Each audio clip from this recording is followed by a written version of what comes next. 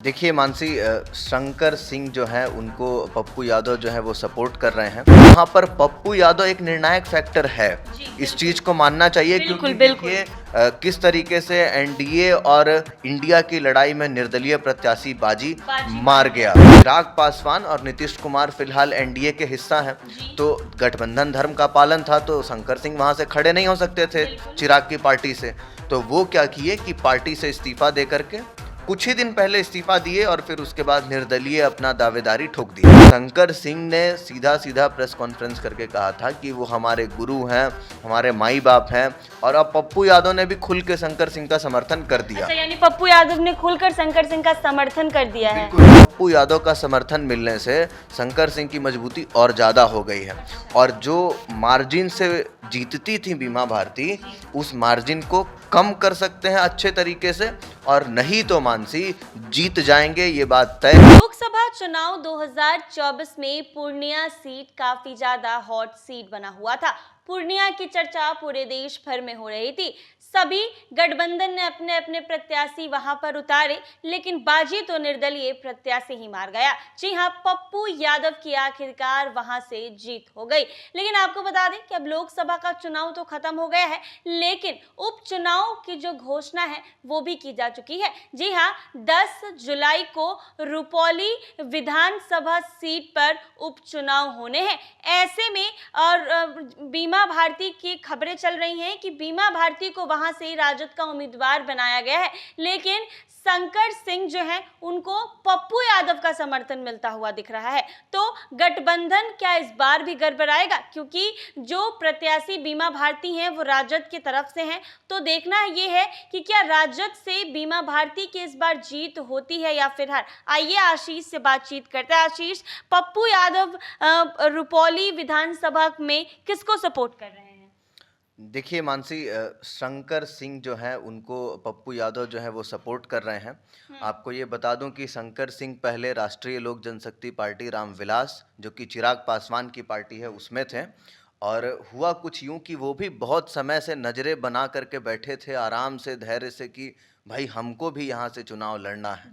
ठीक है, लेकिन मानसी हुआ कुछ यूं कि बीमा भारती जदयू से थी, मगर वो तो जदयू तोड़ के राजद में गई थी, आप जानती हैं, पूर्णिया के लोकसभा चुनाव को लेकर के। ऐसी स्थिति में मानसी वहां से कालधर प्रसाद मंडल को एनडीए की तरफ से उम्मीदवार बनाया गया है। वो नीतीश कुमार की पार्टी से आते हैं। अच्छा, वो नीतीश कुमार की पार्टी से आते हैं। तो मानसी देखिए, चिराग पासवान और नीतीश कुमार फिलहाल एनडीए के हिस्सा हैं, तो गठबंधन धर्म का पालन था, तो शंकर सिंह वहां से खड़े नहीं हो सकते थे चिराग की पार्टी से। तो वो क्या किए कि पार्टी से इस्तीफा दे करके कुछ ही दिन पहले इस्तीफा दिए और फिर उसके बाद निर्दलीय अपना दावेदारी ठोक दिए वहां से। अब मानसी हुआ क्या कि देखिए वहां पर पप्पू यादव एक निर्णायक फैक्टर है, इस चीज को मानना चाहिए क्योंकि देखिए किस तरीके से एनडीए और इंडिया की लड़ाई में निर्दलीय प्रत्याशी बाजी मार गया। तो ऐसी स्थिति में पप्पू यादव एक तो नवनिर्वाचित सांसद हैं, तुरंत तुरंत जीते हैं, दूसरा तुरंत तुरंत जीते हुए व्यक्ति का ज्यादा इन्फ्लुएंस होता है, प्रभाव होता है। और देखिए पप्पू यादव किसी भी कीमत पर बीमा भारती का तो साथ नहीं देंगे, क्योंकि उन्हीं के खिलाफ इतना रोना धोना करना पड़ा था उनको। तो ऐसी स्थिति में साथ किसका देंगे? तो शंकर सिंह ने सीधा सीधा प्रेस कॉन्फ्रेंस करके कहा था कि वो हमारे गुरु हैं, हमारे माई बाप हैं, और अब पप्पू यादव ने भी खुल के शंकर सिंह का समर्थन कर दिया। अच्छा, यानी पप्पू यादव ने खुलकर शंकर सिंह का समर्थन कर दिया है। बिल्कुल। अच्छा, तो ऐसी स्थिति में मानसी देखिए पप्पू यादव को शंकर सिंह का साथ मिलता हुआ नजर आ रहा है। उधर लालू प्रसाद यादव भी कम नहीं है। वो समझ रहे थे, क्योंकि देखिए अवधेश कुमार मंडल भी कह रहे थे कि हमको इस सीट पर चाहिए। सीपीआईएमएल भी दबी कुचली आवाज में कह रही थी कि हमारे तरफ से भी 2 बार प्रत्याशी उतरा, अच्छा वोट शेयर था। लेकिन मानसी बीमा भारती वहां से 5 बार जीत चुकी हैं। अच्छा, तो 5 बार जीत चुकी है और इस बार ऐसा नहीं है कि 5 बार कोई मतलब बहुत छोटे मार्जिन से जीती हैं, एक अच्छे खासे मार्जिन से जीती हैं। लेकिन मानसी हर बार जब भी वो 5 बार जीती हैं, उन 5 बार में अगर उनकी किसी से लड़ाई थी तो वो कोई और नहीं था बल्कि शंकर सिंह ही थे। शंकर सिंह से ही उनकी सीधी टक्कर रही है। तो ऐसी स्थिति में शंकर सिंह को तो मिला नहीं उम्मीदवारी वहां से, तो अब तो शंकर सिंह निर्दलीय आ गए हैं, और शंकर सिंह जो है वो अपने दम पर वहां से लड़ते थे चुनाव, और वहां से इस तरीके का वोट लेके आते थे। अब जो है पप्पू यादव का समर्थन मिलने से शंकर सिंह की मजबूती और ज़्यादा हो गई है। और जो मार्जिन से जीतती थी बीमा भारती, उस मार्जिन को कम कर सकते हैं अच्छे तरीके से, और नहीं तो मानसी जीत जाएंगे, ये बात तय है। किस तरीके से लड़ाई होगी उन दोनों में और निर्दलीय बाजी मारेगा, तो रूपौली जो है ना मानसी, वो दूसरा पूर्णिया बनता नजर आ रहा है। यानी कि इस बार भी लग रहा है कि विधानसभा उपचुनाव में निर्दलीय प्रत्याशी ही बाजी मार जाएगा, क्योंकि 2-4 जगह से ऐसी देखी गई। बिल्कुल बिल्कुल मानसी, और वही तो मैंने कहा ना अभी कि किस तरीके से पूर्णिया था, तो दूसरा पूर्णिया अब रूपौली बन गया है।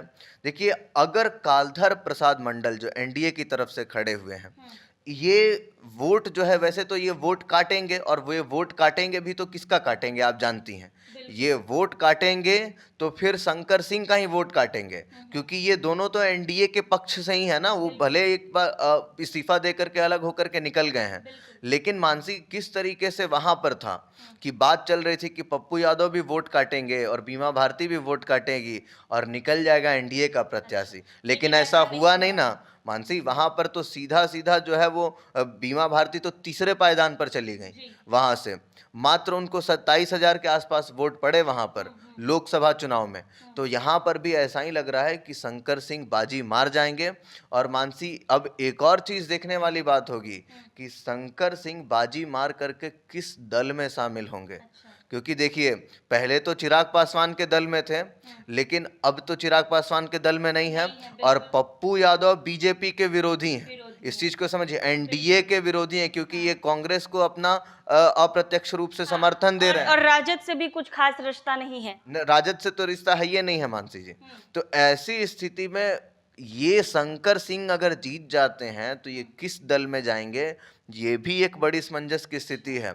और अगर पप्पू यादव कांग्रेस की ओर कर लेते हैं शंकर सिंह को मानसी, तो फिर पप्पू यादव का कांग्रेस में जो पकड़ है, सीमांचल के क्षेत्र में जो कहा जाता है, तो वो कांग्रेस में भी तो कद बड़ा होगा ना। और पप्पू यादव तो चाह ही रहे हैं कि कैसे भी करके कांग्रेस की जो तमाम जो अपर लेवल की जो चीजें हैं वो पप्पू यादव को मिले। कोशिशें तो यही है मानसी, यही है। तो ऐसी स्थिति में अगर शंकर सिंह चले जाते हैं कांग्रेस की ओर जीतने के बाद, तो फिर पप्पू यादव का कद और बढ़ जाएगा। यानी आप कहना चाह रहे हैं कि जो उपचुनाव होने हैं विधानसभा रुपौली, तो उसमें निर्दलीय प्रत्याशी जो है वो बाजी मार सकते हैं और बीमा भारती हार सकती हैं। बिल्कुल, लगता तो यही है मानसी, क्योंकि देखिए शंकर सिंह का जो वोट बैंक है वो अच्छा खासा रहा है, और इधर बीमा भारती की फजीहत भी हुई है लोकसभा चुनाव को लेकर के काफी ज्यादा। नोटा से थोड़ा ही ऊपर वोट मिला है इनको, तो लेकिन फिर भी मानसी, ऐसा नहीं है कि बीमा भारती का पकड़ रुपौली में नहीं है। बीमा भारती वहां से 5 बार अगर जीती है तो कोई कमजोर प्रत्याशी तो वो भी नहीं है। हाँ, लेकिन ये जो पप्पू यादव वाली नैया है ना, ये कहीं शंकर सिंह को पार लगा दे, यही सबसे ज्यादा देखने वाला चीज होगा। वो तो रिजल्ट आएगा तो मालूम चलेगा ही। जैसा कि आप सभी को पता है कि रुपौली विधानसभा सीट पर उपचुनाव होने हैं, ऐसे में वहां से बीमा भारती राजद की तरफ से चुनाव लड़ रही है और शंकर सिंह है जिन्होंने निर्दलीय पर्चा भरा है। ऐसे में पप्पू यादव का समर्थन शंकर सिंह को मिल रहा है, क्योंकि लोकसभा चुनाव के दौरान भी जब पूर्णिया हॉट सीट बना हुआ था, तब ना तो एनडीए प्रत्याशी जीता, ना ही राजद, और बाजी निर्दलीय प्रत्याशी मार गया। तो इस बार भी देखना दिलचस्प होगा कि रुपौली विधानसभा सीट पर किसकी जीत होती है। ऐसे ही तमाम अपडेट्स के लिए बने रहें NBC 24 पर। अगर आप ये वीडियो फेसबुक पर देख रहे हैं तो हमारे पेज को फॉलो कर ले, यूट्यूब पर देख रहे हैं तो हमारे चैनल को सब्सक्राइब करना ना भूलें।